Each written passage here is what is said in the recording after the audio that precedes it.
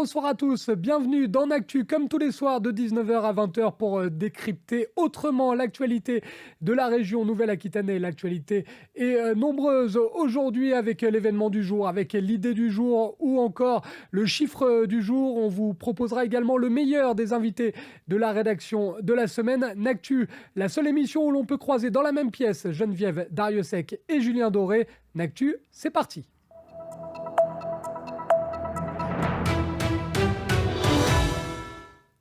Et on débute cette émission avec le chiffre du jour. Ce soir, le chiffre du jour est le numéro 6. 6 comme le montant en millions d'euros de la facture nécessaire pour rénover l'Hermione, la réplique de la frégate de Lafayette qui fait régulièrement le bonheur des touristes et des habitants de Nouvelle-Aquitaine. Actuellement en cale sèche du côté de Bayonne, l'Hermione est victime d'un champignon qui attaque actuellement ses boiseries.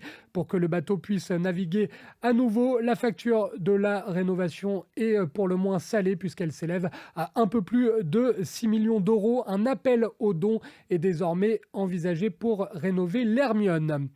On passe à l'idée du jour. Elle nous vient des élus des groupes UDI et Territoire et Centre indépendant du Conseil régional de Nouvelle-Aquitaine. Ces derniers ont fait adopter une motion invitant à créer une école spécialisée dans les feux de forêt. Pour rappel, cet été, la région Nouvelle-Aquitaine a été victime de l'un des plus gros incendies jamais connus dans le massif landais, avec au total plus de 60 000 hectares de forêt brûlés en Gironde et dans les Landes. Justement, en parlant des Landes, le comeback du jour, c'est celui de Geneviève Dariussec, qui est de retour en terre landaise. L'ancienne maire de Mont-de-Marsan et députée des Landes, désormais ministre en charge des personnes handicapées, est actuellement à l'espace France Service Chalosse-Tursan dans le cadre de son inauguration. Une inauguration qui a débuté à 18h. Geneviève Dariussec a effectué une visite des locaux avant de couper le ruban et dévoiler une plaque. L'événement du jour, direction la Dordogne pour cet événement, plus précisément la salle Le Palio à Boulazac. Dans quelques minutes maintenant va débuter le concert de Julien Doré, un moment très attendu par les fans de l'interprète de Paris-Séchelles, puisque ce concert devait avoir lieu il y a un an, le 18 novembre 2021. Il avait été reporté en raison de la crise sanitaire. Un an d'attente pour un concert qui s'annonce inoubliable. Et pour se mettre dans l'ambiance, on revoit un extrait du passage de Julien Doré aux Francopholies de La Rochelle capté par Victor Pérez-Boucheron cet été. Coco Caline sur le Vieux-Port, ça donne ça. Je t'aime, Coco Caline, plus fort. Je t'aime, je t'aime, Coco Caline, beaucoup plus fort. Je t'aime.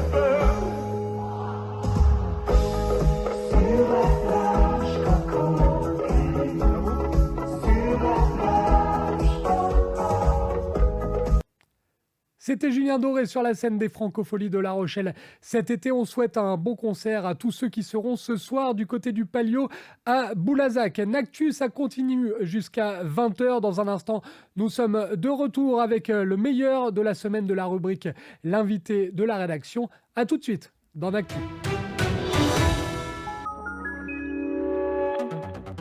NATV, c'est toute l'actualité de Nouvelle-Aquitaine en temps réel sur le canal 30.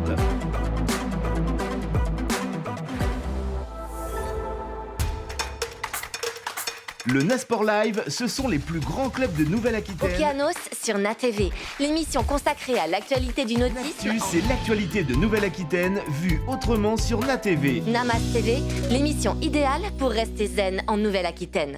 NATV, la Nouvelle-Aquitaine autrement. NATV, c'est toute l'actualité de Nouvelle-Aquitaine en temps réel sur le canal 30.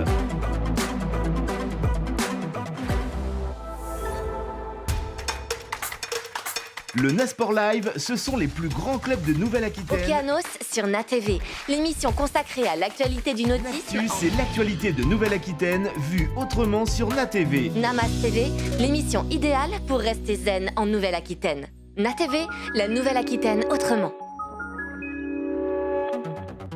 NATV, c'est toute l'actualité de Nouvelle-Aquitaine en temps réel sur le canal 30.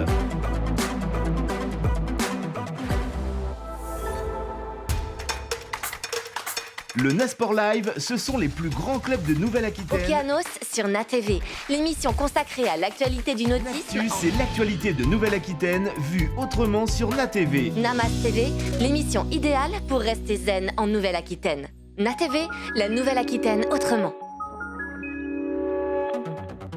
NATV, c'est toute l'actualité De Nouvelle-Aquitaine en temps réel. sur le canal 30.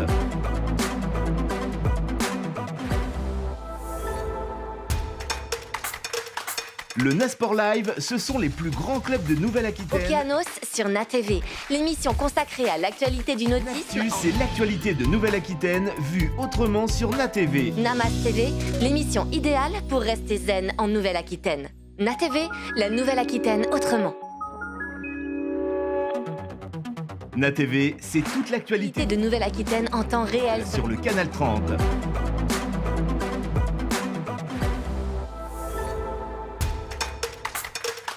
Le Nasport Live, ce sont les plus grands clubs de Nouvelle-Aquitaine. Okeanos sur NATV, l'émission consacrée à l'actualité du nautisme. L'actu, c'est l'actualité de Nouvelle-Aquitaine vue autrement sur NATV. Namas TV, l'émission idéale pour rester zen en Nouvelle-Aquitaine. NATV, la Nouvelle-Aquitaine autrement.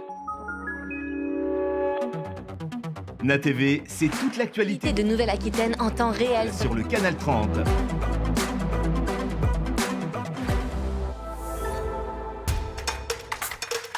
Le Nasport Live, ce sont les plus grands clubs de Nouvelle-Aquitaine. Okeanos sur NATV, l'émission consacrée à l'actualité du nautisme. L'actu, c'est l'actualité de Nouvelle-Aquitaine vue autrement sur NATV. Namas TV, l'émission idéale pour rester zen en Nouvelle-Aquitaine.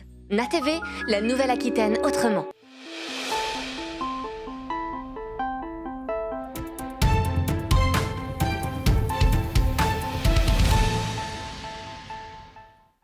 De retour dans Actu comme tous les soirs sur NATV de 19h à 20h pour décortiquer autrement l'actualité de la région Nouvelle-Aquitaine. Et pour cette dernière émission de la semaine, on vous propose de revoir les meilleurs moments de la rubrique L'invité de la rédaction. Première invité, c'était lundi. Jean-François Pibre recevait Laure Mosseron, la directrice de la communication et du marketing du côté du parc du Futuroscope. Au programme de cette interview, le bilan de la saison estivale, le bilan également des conditions sanitaires qui ont été fortement allégées, le point sur les nouveautés ou encore les objectifs à venir. Laure Mosseron avec Jean-François Pibre.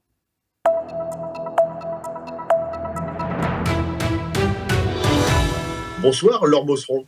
Bonsoir. Alors, je rappelle aux téléspectateurs que vous êtes directrice de la communication et du marketing donc du Futuroscope de Poitiers. Merci d'avoir accepté notre invitation, tout d'abord. Avec plaisir. Alors, on va aborder, si vous le voulez bien, pour commencer, en fait, on arrive à la fin de la période estivale, on est mi-septembre. Il y a un chiffre clé qui est tombé il n'y a pas très longtemps, sur lequel vous avez communiqué, à savoir 625 000 donc, visiteurs cet été, et donc c'est un record. Oui, c'est un record. On n'avait jamais fait une aussi belle fréquentation estivale depuis plus de 20 ans. Donc, on est très contents et très fiers. Ça récompense, je pense, à la fois le travail des équipes sur toutes les nouveautés qu'on a préparées pendant ces 2 années un peu compliquées de Covid, puisqu'on a sorti une nouvelle attraction Objectif Mars en 2020, un nouveau spectacle nocturne en 2021, donc ça, malgré le confinement, etc. Et puis cette année, ça a été un peu une tornade de nouveautés, justement, puisqu'on a ouvert un nouvel hôtel au printemps, un nouveau restaurant expérientiel et l'attraction Chasseurs de tornades début juillet. Et je pense que les deux, en fait, facteurs, notre capacité d'innovation et puis un retour à une vie normale où les gens avaient envie de partager des choses, ils ont choisi de venir au Futuroscope pour partager des émotions en famille. Alors, on va un petit peu insister là sur ce que vous avez développé, à savoir notamment les chasseurs de tornades. C'est 21 millions d'euros d'investissement. C'est le plus gros que vous n'ayez jamais fait. En quoi ça consiste exactement, en quelques mots ? Alors, en quelques mots, en fait, on vous promet de vous emmener au cœur d'une tornade en suivant 2 météorologues qui sont chasseurs de tornades dans la vie, Mélanie et puis Alex. Et ils vont vous embarquer après tout un scénario où vous allez avoir une file d'attente thématisée, une première aventure avec eux. La tornade arrive vraiment sur le Futuroscope et donc on va vous embarquer sur une plateforme. C'est une plateforme circulaire de 120 places qui est entourée par un écran LED de 4 mètres de haut, donc une très très grande surface, et le LED permet d'avoir une très grande qualité d'image. Et donc la plateforme, ça va nous permettre de vous faire tourner sur vous-même jusqu'à 27 km/h, et elle peut aussi s'incliner légèrement devant, derrière, etc. Donc vous allez vraiment vivre l'attraction, mais on a rajouté des effets spéciaux dans la salle, évidemment du vent, un peu de pluie, etc., pour que vous vous sentiez au cœur d'une tornade. Mais ça reste une aventure très familiale, et je pense que c'est ça qui fait que ça plaît beaucoup à nos visiteurs, et on l'entend en retour quand on se met à la sortie, etc. C'est pour tout le monde, c'est-à-dire même les gens qui ne sont pas forcément fanats des sensations très très fortes. Et en même temps, vous vous sentez vraiment vivre par la conjonction des mouvements et de la qualité de l'image, et puis on a un chouette scénario. Et tout ça fait que voilà, c'est une attraction qui est dans le trio de tête de nos attractions préférées depuis qu'on l'a ouvert en juillet. Et hier, on a eu la très très bonne nouvelle de savoir que l'attraction a été récompensée au niveau international. Il y a un salon actuellement des parcs d'attractions à Londres, européen, et on remet un peu, on va dire, l'équivalent des Oscars dans le domaine des parcs d'attractions. Et Chasseurs de tornades a obtenu 2 Oscars, un pour la meilleure innovation et un pour le meilleur, c'est des terminologies de parc, mais Dark Ride de l'année. On va dire la meilleure attraction de l'année, tout simplement, pour simplifier. Et puis notre nouvel hôtel, aussi Station Cosmos, qui a reçu aussi également un prix.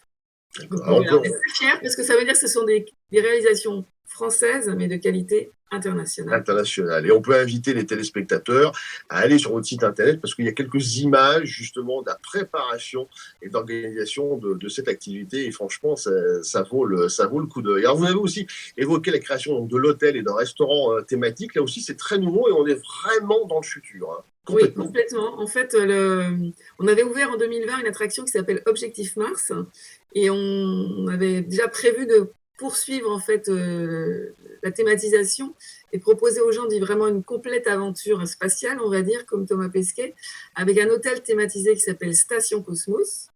Là, vous allez vraiment, on l'a construit comme une base spatiale qui serait posée, en ce moment on en parle beaucoup à nouveau, de la Lune ou de Mars, avec un environnement de sable rouge. Alors là, on est plutôt sur Mars, un environnement qui va vraiment vous faire partir ailleurs. Un décor complètement différent, des filtres sur les fenêtres de l'hôtel et du restaurant qui vous font vous sentir vraiment pas du tout dans le Poitou, et presque vous allez oublier que vous êtes au Futuroscope. Et dans le restaurant, en fait, c'est vraiment un restaurant expérientiel dans le sens où les plats n'arrivent pas comme d'habitude avec un serveur, ils arrivent via un système de rails comme un roller coaster. Donc en fait, ce que vous avez vécu, vous, dans l'attraction Objectif Mars, où vous aviez embarqué dans un petit chariot qui vous a emmené vivre des aventures, là, c'est le plat que vous allez commander qui va le vivre. Il y a un looping aussi au milieu de la salle, etc. Et donc, c'est très. Là aussi, on a un retour très positif. C'est un restaurant qui a fait complet tout l'été et qui continue à faire complet, alors que là, la saison estivale est un peu finie et qu'on a moins de fréquentation. Mais hier, il était encore complet. Et l'hôtel, de la même façon, a été rempli à 97% tout l'été et continue à attirer des visiteurs qui choisissent quelquefois de faire leurs vacances un peu en décalé pour avoir moins de monde, mais qui en profitent de cet hôtel quand même. Là aussi, il y a quelques photos sur votre site et on peut inviter tout le monde à aller voir, parce qu'on a l'impression de se retrouver un peu dans Star Trek, Blade Runner. Enfin, on est complètement c'est exactement l'univers.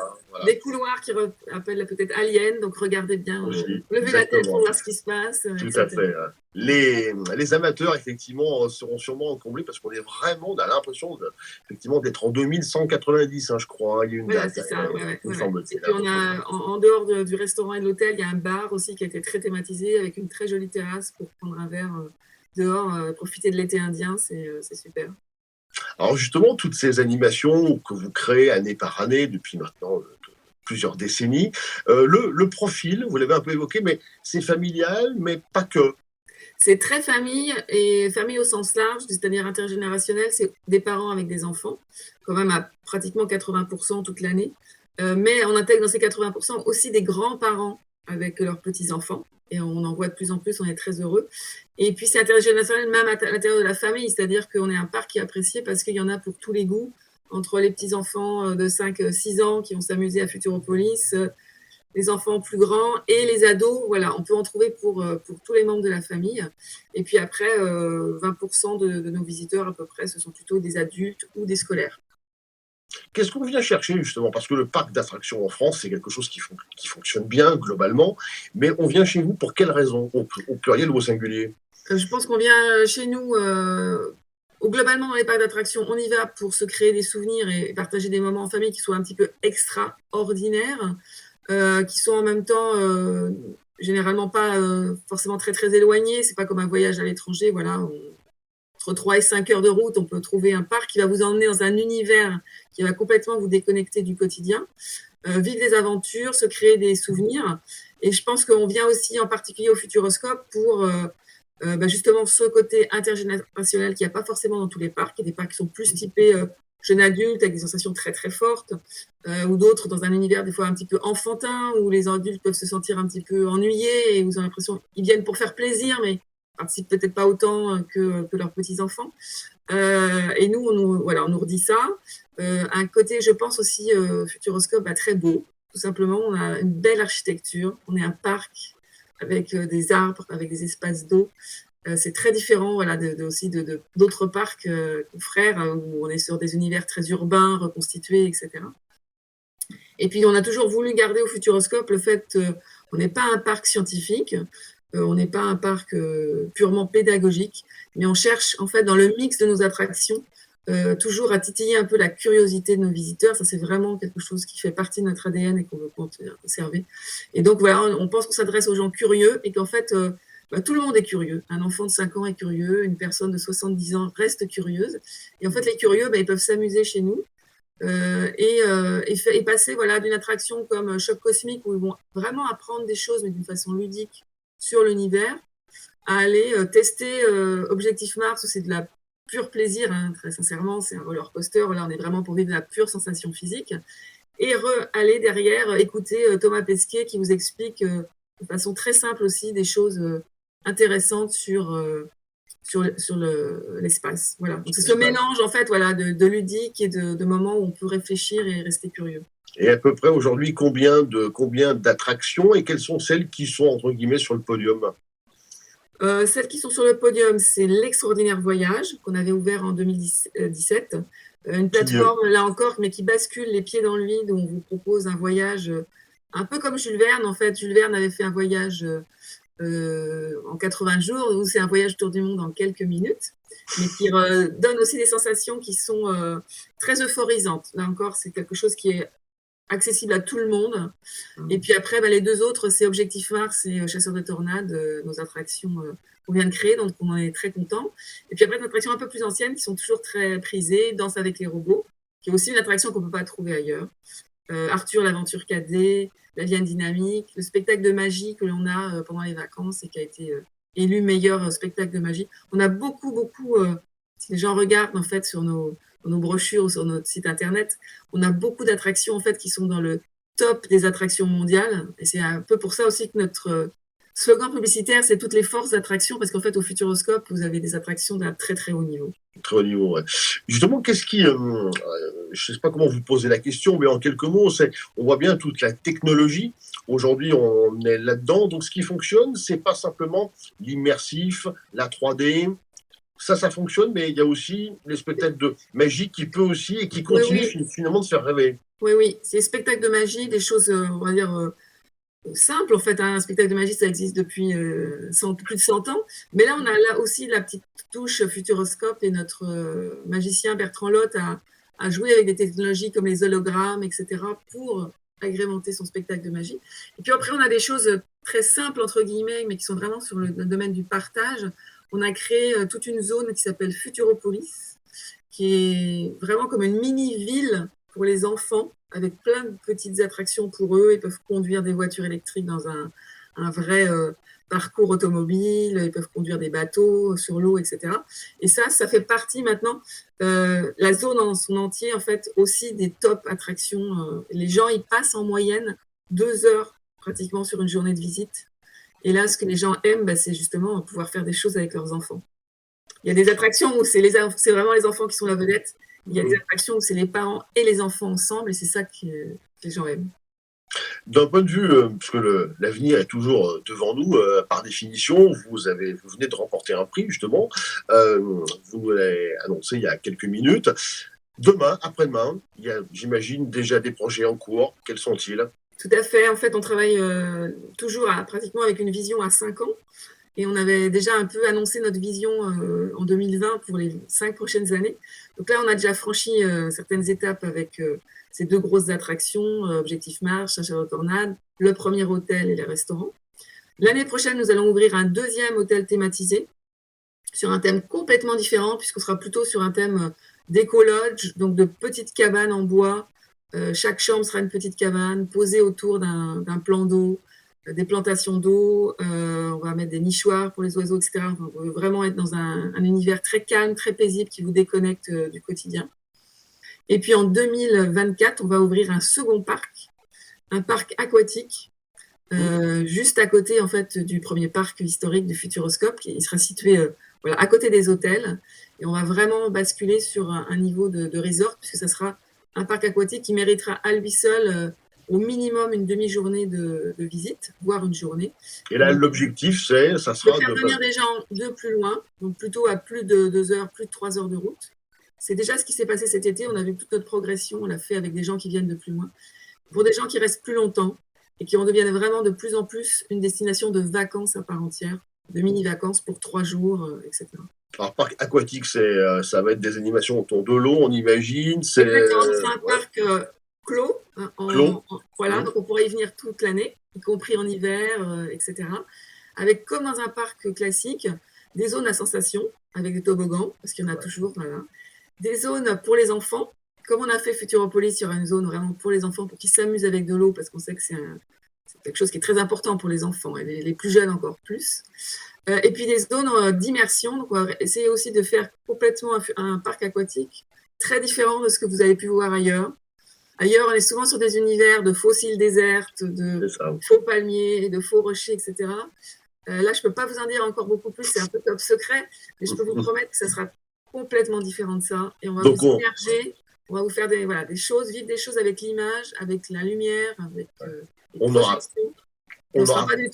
On n'aura pas que des otaries voilà, qui font des saltos. D'accord. Il n'y aura pas d'animaux du tout. C'est vraiment un parc pur aquatique. C'est vous qui vous baignez. Mais vous allez vous baigner dans des ambiances qu'on va créer qui seront très, très différentes. À la hauteur de ce qu'on a pu faire sur Station Cosmos ou sur nos attractions dans le parc.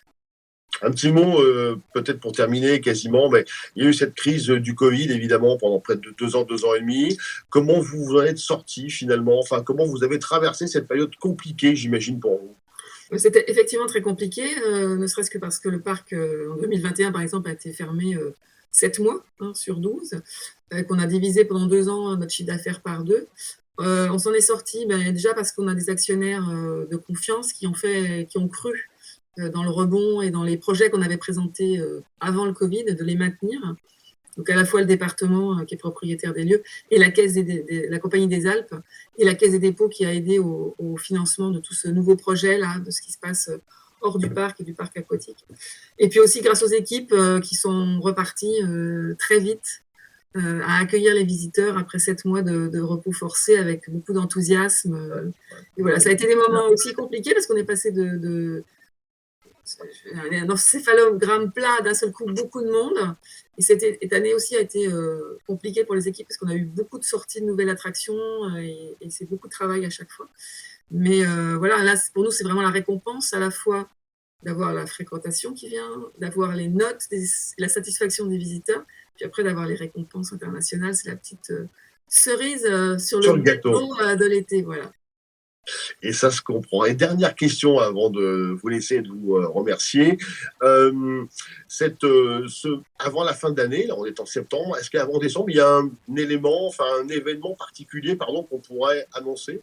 Alors, on va avoir les vacances de la Toussaint avec une thématique Halloween, comme on avait fait l'an passé, qui sera un Halloween très famille. Là encore, on n'est pas du tout sur des choses qui font trop peur, parce que c'est un moment où on retrouve notre clientèle famille.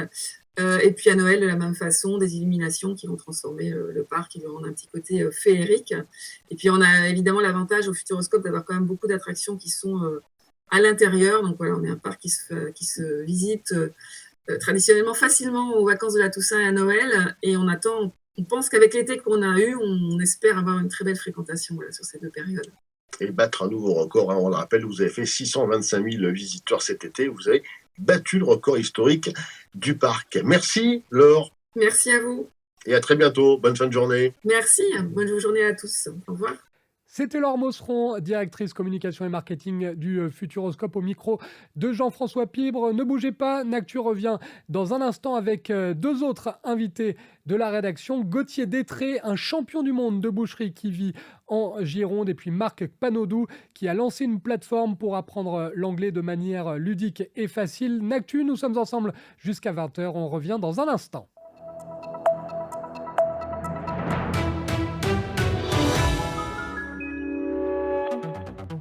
NATV, c'est toute l'actualité de Nouvelle-Aquitaine en temps réel. sur le canal 30.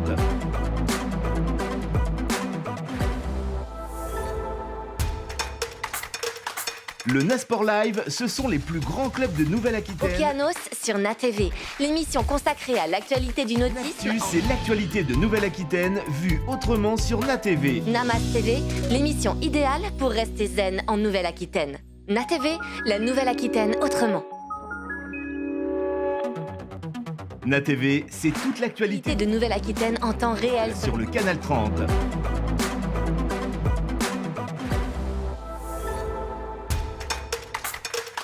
Le Nasport Live, ce sont les plus grands clubs de Nouvelle-Aquitaine. Okeanos sur NATV, l'émission consacrée à l'actualité du nautisme. C'est l'actualité de Nouvelle-Aquitaine vue autrement sur NATV. Namas TV, l'émission idéale pour rester zen en Nouvelle-Aquitaine. NATV, la Nouvelle-Aquitaine autrement. NATV, c'est toute l'actualité De Nouvelle-Aquitaine en temps réel. sur le canal 30.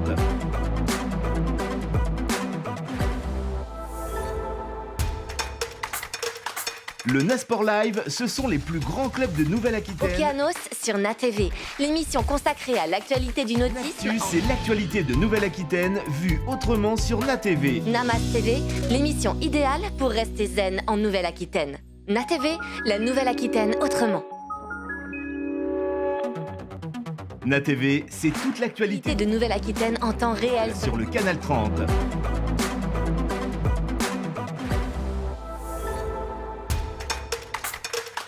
Le Nasport Live, ce sont les plus grands clubs de Nouvelle-Aquitaine. Okeanos sur NATV, l'émission consacrée à l'actualité du nautisme. C'est l'actualité de Nouvelle-Aquitaine vue autrement sur NATV. Namas TV, l'émission idéale pour rester zen en Nouvelle-Aquitaine. NATV, la Nouvelle-Aquitaine autrement. NATV, c'est toute l'actualité De Nouvelle-Aquitaine en temps réel. sur le canal 30.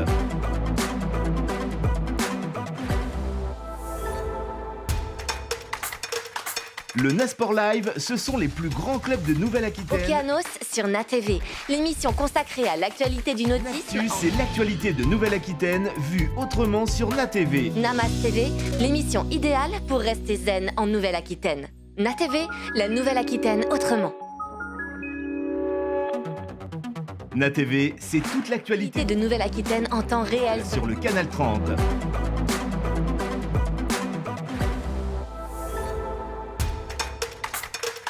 Le Nasport Live, ce sont les plus grands clubs de Nouvelle-Aquitaine. Okeanos sur NATV, l'émission consacrée à l'actualité du nautisme. C'est l'actualité de Nouvelle-Aquitaine vue autrement sur NATV. Namas TV, l'émission idéale pour rester zen en Nouvelle-Aquitaine. NATV, la Nouvelle-Aquitaine autrement.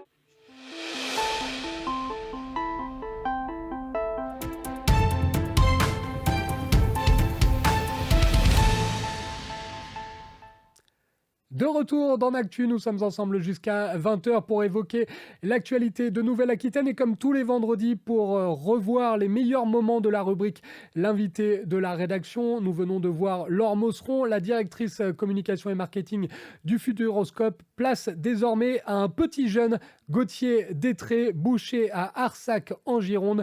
Gauthier Détré qui a réussi l'exploit récemment d'être sacré champion du monde de boucherie, c'était en Californie. On réécoute cette interview au micro de Jean-François Pibre.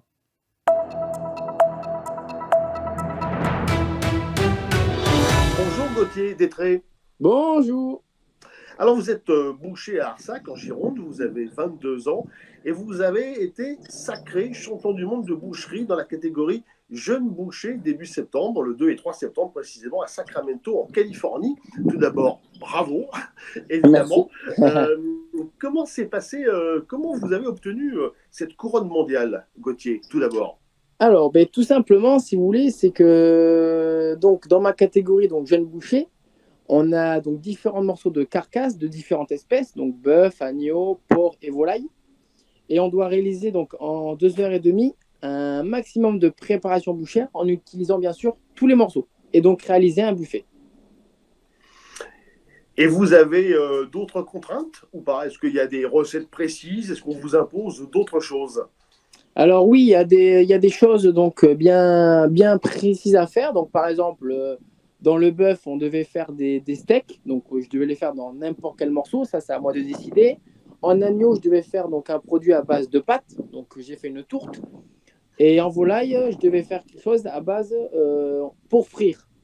Donc ça, c'est moi qui décide de faire ce que je veux, du moment où je respecte en fait certaines règles. Voilà. Et au final, vous avez préparé quoi, du coup? En volaille, donc j'ai préparé des aiguillettes de poulet au cornflakes. Donc à frire dans de l'huile, c'est remarquable. Combien vous aviez de concurrents? Parce qu'on connaît mal finalement ce genre de compétition. Combien vous avez de gens en face de vous qui veulent également être champion du monde? On était une quinzaine dans ma catégorie. De combien de nationalités? Une dizaine. C'était européen, pas forcément? Comment ça se compose? Non, il y a tout pays. Il y a Canada, il y a Nouvelle-Zélande, France, Allemagne, Italie. Il y a plusieurs nations. Est-ce que quand vous êtes participer à cette Coupe du Monde donc aux États-Unis, est-ce que dès le début, votre objectif était d'être champion du monde? Bien évidemment, hein, donc je fais partie donc, de l'équipe de France depuis 2019. Et donc depuis 2019, hein, je m'entraîne donc 2-3 fois par mois à Paris, donc les dimanches et lundis. Et bien sûr, hein, je me suis lancé là-dedans, c'était pour être bien sûr champion du monde.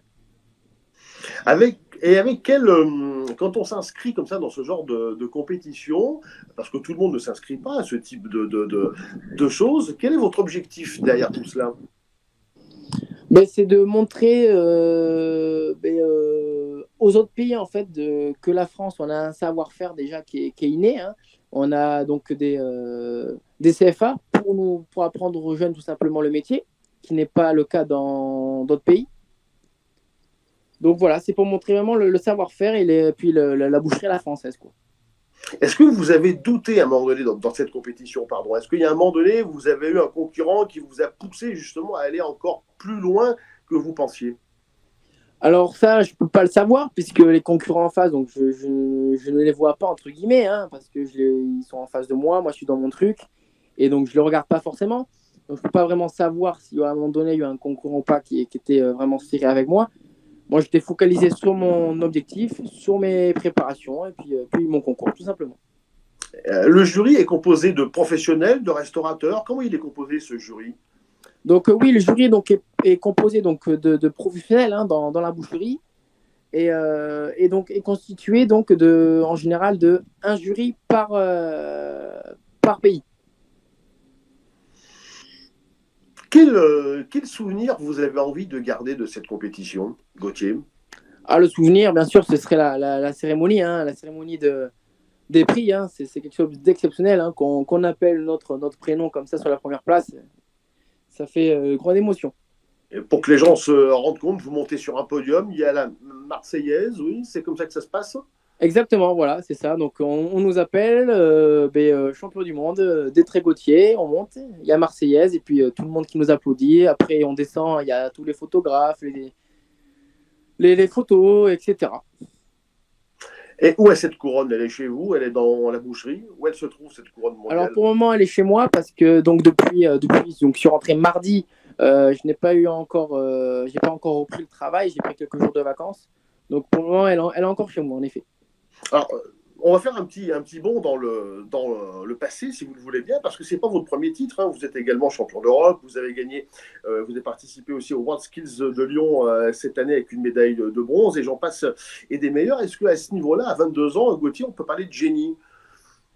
Ben écoutez, on me le dit souvent, mais je sais pas vraiment parce que je me rends pas compte en fait tout simplement, hein. Moi, j'ai toujours été dans la compétition de boucherie, donc ben, tout ce que je fais, je le fais à fond. Et donc je sais pas si on peut dire génie ou pas. Moi, je sais pas. Non, non, je me dirais pas comme un génie. Je sais pas quoi vous dire. Autre question qui va un petit peu dans la même lignée. Vous êtes boucher, donc on l'a bien compris, vous êtes champion du monde, mais il y a des tas de bouchers dans leur boucherie. Pourquoi vous faites de la compétition? Pourquoi vous avez envie de vous confronter aux autres? Ben, tout simplement que déjà depuis tout petit, donc je pratique le cyclisme en compétition. Donc déjà, j'ai ça dans le sang, la compétition, l'envie de gagner, voilà, l'envie de montrer aux autres que je suis peut-être au-dessus. Donc, et quand j'ai donc commencé la boucherie, je me suis dit pourquoi pas faire pareil. Donc j'ai vu qu'il y avait des concours de boucherie. J'ai eu la chance de tomber chez un patron donc, qui était calmement passionné donc, de concours de boucherie. Il m'a lancé dedans et puis voilà, aujourd'hui, je suis arrivé où j'en suis aujourd'hui.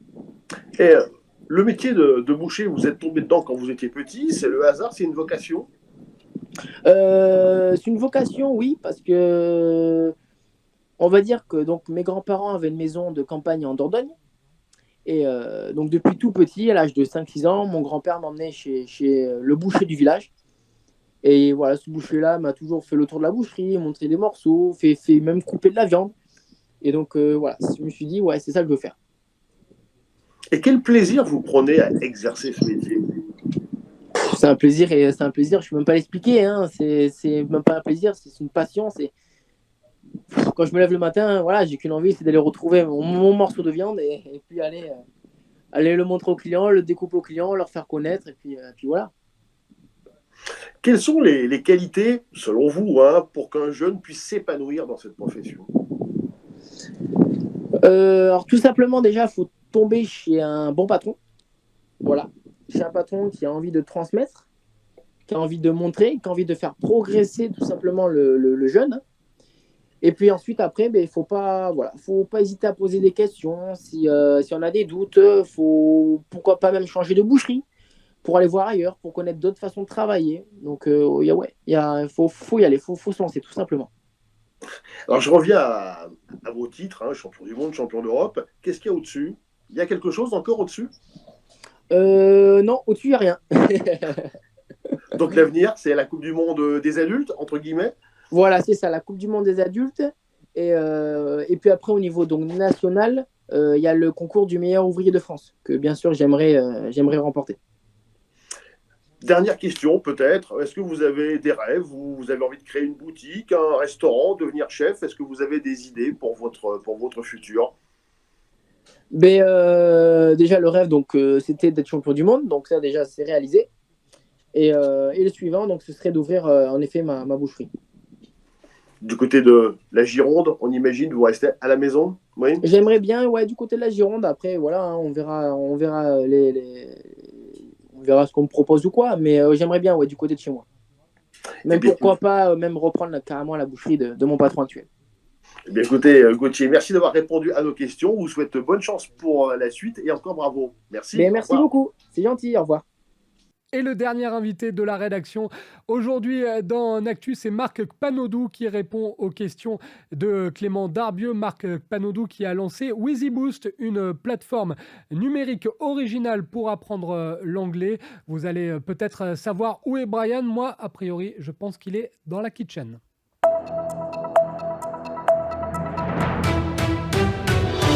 Bonsoir Marc. Oui, bonsoir Flavien, comment allez-vous? Ça va très très bien. Merci d'avoir accepté l'invitation ce soir. Première question, qu'est-ce que WheezyBoost? Alors WheezyBoost, c'est assez simple, c'est une plateforme en ligne pour la pratique de l'anglais. Le concept est assez simple, ce que l'on fait, c'est que l'on met en relation des Français qui veulent pratiquer l'anglais, qui ont déjà un petit niveau intermédiaire. On les met en relation avec des tuteurs d'anglais qui sont en fait des étudiants américains que nous sommes allés chercher dans les meilleures universités en fait, des États-Unis pour leur proposer de devenir tuteurs sur WheezyBoost. La mise en relation se fait sur des sessions de conversation de 45 minutes Et l'idée, l'intérêt pour nous, c'est de dire que, imaginons que vous soyez comptable, plutôt que d'aller chercher Mathieu qui a fait ses études d'anglais en France et qui a son bac+5 qui va vous expliquer Brian is in the kitchen.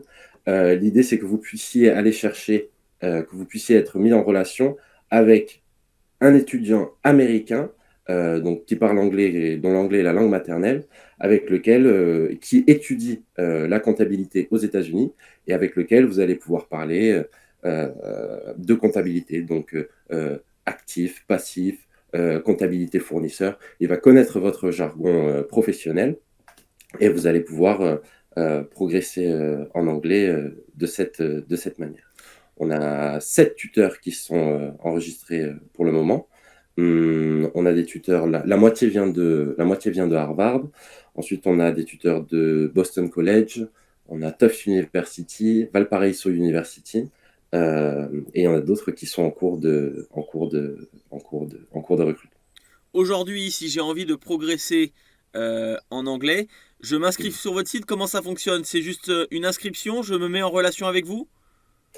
Alors, vous pouvez entrer en relation avec moi, mais l'idée, c'est de vous connecter tout simplement sur la plateforme wheezy-boost.com, de créer votre compte, et en créant, vous cliquez sur le bouton s'enregistrer, s'inscrire, c'est assez intuitif. Et en créant votre compte, vous bénéficiez d'une session d'un crédit. Vous bénéficiez d'un crédit qui vous permet d'avoir une session d'essai gratuite sur Wheezy Boost. Marc Padonou est avec nous ce soir, le fondateur de la plateforme Wheezy Boost. Marc, concrètement, quel est votre rôle dans tout ça? Alors moi, je suis coordinateur, je suis le dirigeant de l'entreprise. Je n'interviens pas sur les sessions de conversation. Ce que je fais, c'est que je m'occupe des partenariats avec les tuteurs, je m'occupe de la communication de Wheezy Boost, je m'occupe également de la relation avec le développeur qu'on a pour développer de nouvelles fonctionnalités. Et je m'occupe également de l'ajout de nouvelles ressources. C'est-à-dire que lorsque vous réservez une session sur Wheezy Boost, le système vous propose de sélectionner une ressource. Les ressources, ce sont des articles de 400 à 500 mots que vous pouvez lire juste avant la session et qui va servir en fait de support, de base, de prétexte à la conversation avec votre tuteur. Les articles ce sont des sujets très, très, très variés. Et donc, moi, je m'occupe de sélectionner en fait les nouvelles ressources qui vont être mises à la disposition des utilisateurs. Je contacte des étudiants de Harvard pour leur proposer de rédiger ces ressources. Toutes les ressources sont rédigées par les étudiants de Harvard. Et voilà, donc j'ai vraiment un rôle de coordinateur entre les différents intervenants et utilisateurs. D'où vous est venue l'idée de créer cette plateforme? À quel moment vous vous êtes dit il faut que je le fasse? Eh bien, écoutez, moi, mon truc, ça a toujours été les langues. Faut pas trop me parler de mathématiques, mais les langues, c'est vraiment, c'est vraiment mon domaine. J'ai des facilités avec ça. J'ai eu un parcours. Donc, en fait, le projet, il est venu lorsque je faisais les études, que je voyais la manière dont on apprenait les langues, que ce soit à l'université ou même dès le lycée. Et plus tard, quand j'ai été confronté au réel, que je suis rentré dans le monde professionnel, les stages, les premiers boulots, que j'ai vu que c'était un prérequis essentiel pour tous les emplois, en fait, on demandait à chaque fois un niveau d'anglais avancé, et je voyais bien que c'était pas du tout le cas pour la plupart des gens. Et je me suis rendu compte en fait que le problème, c'est qu'en France, c'est assez simple de trouver des ressources basiques pour avoir un niveau basique en anglais. Tout le monde est capable de lire et de rédiger à peu près un email en anglais. Simplement, dès qu'il s'agit d'avoir une conversation en anglais avec un natif ou même avec quelqu'un dont c'est pas la langue maternelle, mais avec laquelle il faut parler anglais, on a un gros blocage, et ça, c'est dû au fait que ce qu'on apprend en France, c'est très théorique, c'est très écrit, et que les moments d'interaction avec des locuteurs anglais de langue maternelle sont très très rares en fait. Rien qu'au collège, on a étudié, tous ceux qui ont été jusqu'en troisième ont étudié presque 500 heures d'anglais. Presque 500 heures d'anglais. Normalement, en 500 heures, on a un niveau B2 bien avancé. Le problème, c'est que c'est beaucoup d'écrits et très peu d'interaction à l'oral. Donc, en fait, c'est de là qu'est venu le projet. J'ai voulu pallier, répondre à ce problème de manque en fait, d'interlocuteurs avec lesquels on pouvait pratiquer à l'oral.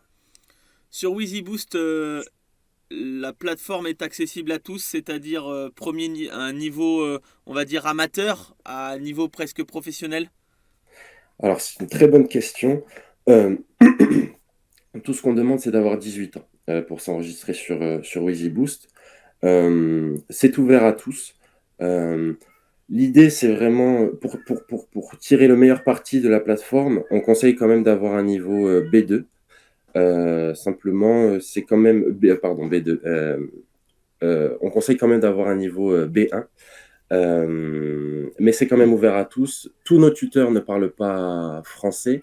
On en a certains quand même qui parlent français. De toute manière, c'est marqué sur leur fiche de présentation sur WheezyBoost.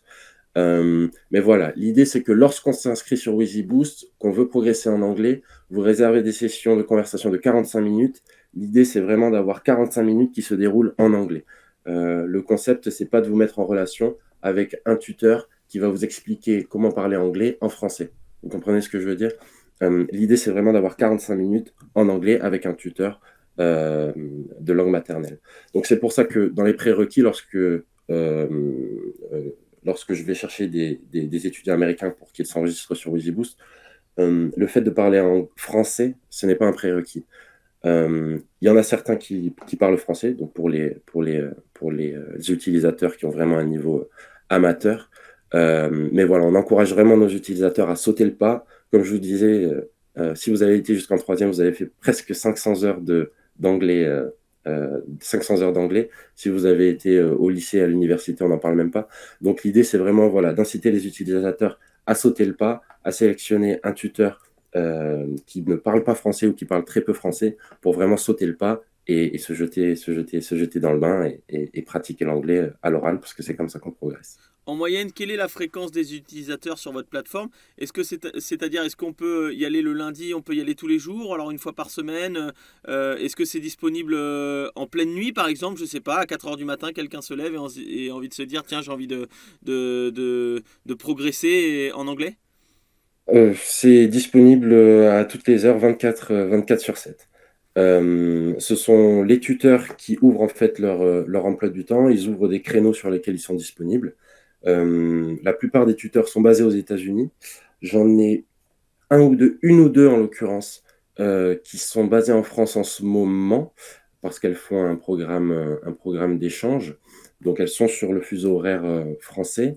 Mais voilà, on a des tuteurs sur le fuseau horaire américain, d'autres sur le fuseau horaire français. Le fait qu'on ait des tuteurs sur le fuseau américain, c'est une bonne chose parce que quand c'est le soir ici, c'est l'après-midi pour eux. Donc ils sont disponibles également. Voilà. Tout ce que vous avez à faire, c'est trouver en fait un tuteur qui est disponible sur vos créneaux de disponibilité. Vous avez créé donc WheezyBoost il y a quelques mois. C'est quoi la suite pour WheezyBoost si on parle un petit peu d'avenir? Y aura-t-il des nouveautés, des améliorations? Vous y avez déjà pensé? J'y pense déjà. Là, je me concentre sur la période de lancement. Mais bon, bien sûr, c'est mon petit bébé, donc j'ai pas mal d'idées pour la suite. Si je vois que ça fonctionne sur l'anglais, l'idée c'est d'ajouter d'autres langues, l'espagnol, le français, l'arabe, le chinois. Il faudrait également qu'on développe l'application mobile. Pour le moment, WheezyBoost est accessible sur le téléphone. Simplement, ça va être à partir de votre navigateur sur le téléphone, c'est pas une application mobile. Donc voilà, c'est une chose que je veux faire développer également. Voilà les grandes lignes sur le moyen long. Quand on se lance comme ça dans un projet, j'imagine que les débuts sont assez stressants. Racontez-nous comment ça s'est passé pour vous. Est-ce que c'est un projet qui date d'il y a 1 an, 2 ans, car votre plateforme a vu le jour en 2022 cet été? Alors, effectivement, c'était un peu stressant. Ça fait 2 ans que je travaille sur le projet. Ce que je dis toujours, c'est que quand j'ai eu l'idée de monter WheezyBoost, je pensais devenir millionnaire en 6 mois. Ça n'a pas été, ça a pas été le cas. Bon, je crois que c'est le parcours de tous les lanceurs de projets, de tous les entrepreneurs. On part avec une idée, on croit que ça va être facile, que ça va se lancer très rapidement, et puis on est confronté à la réalité. Moi, ça fait 2 ans que je travaille sur ce projet. Là, c'est en ligne depuis fin juin. Il a fallu trouver le bon développeur, il a fallu comprendre les statuts, il a fallu comprendre les demandes du marché, il a fallu régler tous les aspects administratifs. Bon, ça fait un moment que je suis dessus, mais c'est un peu stressant, mais c'est une bonne expérience. Je suis content d'en être arrivé là où j'en suis aujourd'hui, et j'espère que ça va continuer encore longtemps. Dernière question pour nos téléspectateurs. Où est-ce qu'on peut vous trouver? Sur quel site internet? Ou alors comment vous contacter? Comment faire pour s'inscrire sur WheezyBoost? Alors, le plus simple, c'est de taper WheezyBoost, WYZYB2OST sur votre navigateur. Vous allez tomber sur WheezyBoost. Et l'adresse, c'est Wheezy, WYZY-du-6 Boost, donc wheezy-boost.com. Et si vous voulez rentrer en contact avec moi directement, vous pouvez me trouver sur LinkedIn, Marc Padonou. Vous pouvez également me contacter par email, contact@wheezy-boost.com. Donc contact@wheezy-boost.com. Et voilà. Merci beaucoup Marc Padonou d'avoir été notre invité ce soir. C'était Marc Panodou, fondateur de la plateforme WheezyBoost, au micro de Clément Darbieux. L'actu, c'est désormais terminé, mais rassurez-vous, cette émission est comme d'habitude disponible si vous l'avez manqué en partie en replay sur la page YouTube de NATV. Pour les fans de sport, vous restez avec nous, ça va être chaud dans un instant. Le NASport Show de 20h à 22h avec un gros programme. Il y aura notre consultant rugby Florian Bougerolles pour évoquer notamment la 8e journée de Top 14 et pour recevoir Philippe Taïeb, le président de l'Aviron bayonnais. On va également parler football avec la Ligue 2, les Girondins de Bordeaux, avec la Coupe de France et le tirage au sort du 7e tour qui a eu lieu cette semaine. On vous rappellera toutes les affiches concernant les clubs de Nouvelle-Aquitaine. Et puis on va parler cyclisme avec Victor Pérez-Boucheron ou encore handball avec la gardienne de l'équipe de Celles-sur-Belle. Il s'agit de Justine Hickebrand qui sera l'invitée du NASport Show. Je vous souhaite une très bonne soirée et un très bon week-end à l'écoute de NATV.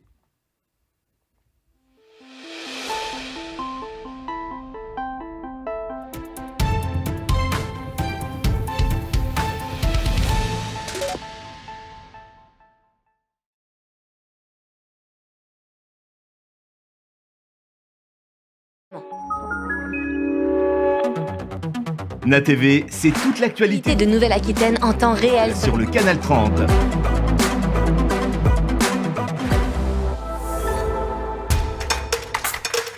Le NASport Live, ce sont les plus grands clubs de Nouvelle-Aquitaine. Okeanos sur NATV, l'émission consacrée à l'actualité du nautisme. C'est l'actualité de Nouvelle-Aquitaine vue autrement sur NATV. Namas TV, l'émission idéale pour rester zen en Nouvelle-Aquitaine. NATV, la Nouvelle-Aquitaine autrement. NATV, c'est toute l'actualité de Nouvelle-Aquitaine en temps réel sur le canal 30.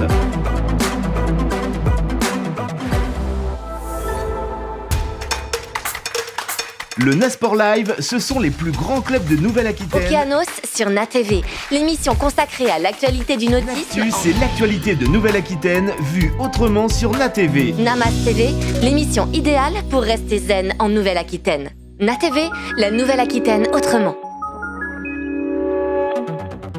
NATV, c'est toute l'actualité de Nouvelle-Aquitaine en temps réel sur le canal 30.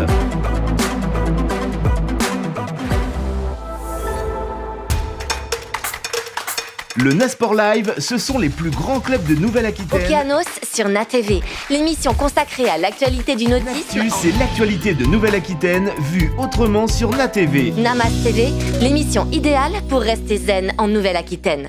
NATV, la Nouvelle-Aquitaine autrement.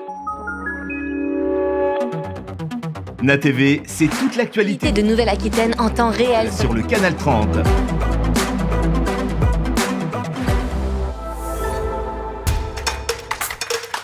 Le Nasport Live, ce sont les plus grands clubs de Nouvelle-Aquitaine. Okeanos sur NATV, l'émission consacrée à l'actualité du nautisme. C'est l'actualité de Nouvelle-Aquitaine vue autrement sur NATV. Namas TV, l'émission idéale pour rester zen en Nouvelle-Aquitaine. NATV, la Nouvelle-Aquitaine autrement.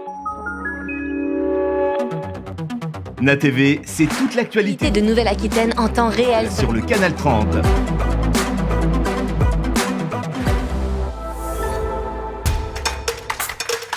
Le Nasport Live, ce sont les plus grands clubs de Nouvelle-Aquitaine. Okeanos sur NATV, l'émission consacrée à l'actualité du nautisme. C'est l'actualité de Nouvelle-Aquitaine vue autrement sur NATV. Namas TV, l'émission idéale pour rester zen en Nouvelle-Aquitaine. NATV, la Nouvelle-Aquitaine autrement.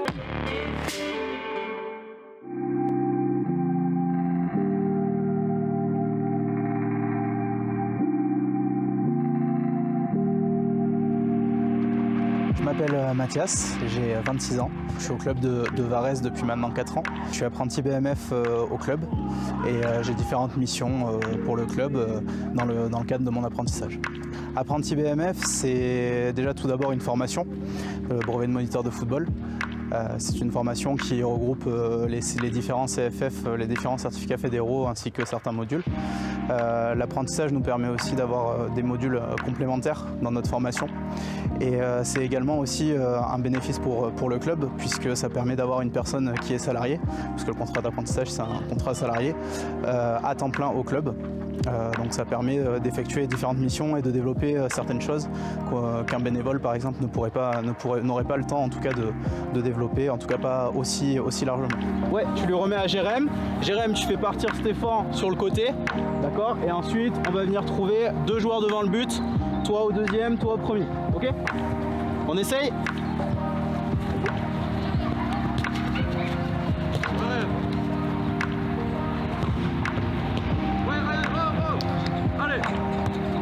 Donc je m'occupe d'une catégorie, je suis responsable d'une catégorie, les U19. Je m'occupe également des tout petits. On a une équipe, on a une catégorie de joueurs de 3 et 4 ans. Donc je m'occupe d'eux les dimanches matins. Je suis également responsable d'une section Fit Foot. Donc c'est une section foot loisirs qu'on a lancée depuis l'année dernière au club puisque je suis également référent Fit Foot à la Ligue de Nouvelle-Aquitaine. Et ensuite j'ai des missions diverses sur ce qui va être tout ce qui est la communication. Je suis également responsable technique jeune au club. Donc j'organise des réunions techniques avec les éducateurs. Je coordonne le travail des éducateurs bénévoles. Et voilà, on essaye de coordonner tout ça pour arriver à différentes missions et avoir un panel assez large de missions et pouvoir un petit peu toucher à tout au sein du club.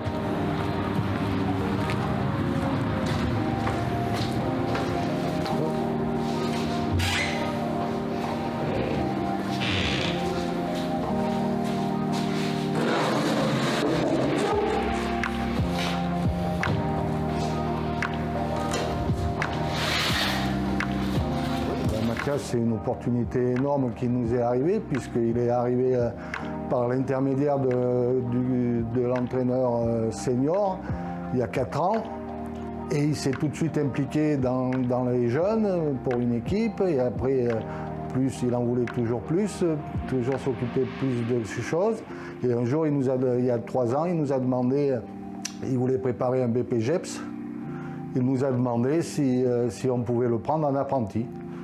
Donc nous, dans le projet club, on sentait une opportunité intéressante et donc on s'est lancé dans l'emploi d'apprenti et avec Mathias. Apprenti ouvert, sur côté fermé. T'en as des ballons derrière.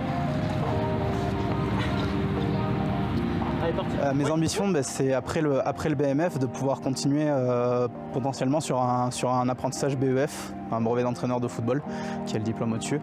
Ça me permettra d'acquérir un petit peu plus de compétences et ça me permettra aussi de continuer à développer toutes les pratiques et tous les projets que j'ai déjà mis en place au club, de pouvoir pérenniser aussi certaines choses qu'on a mis en place et pouvoir continuer à apporter au club de par ma connaissance du club et de par aussi mes compétences que je vais développer à travers les diplômes.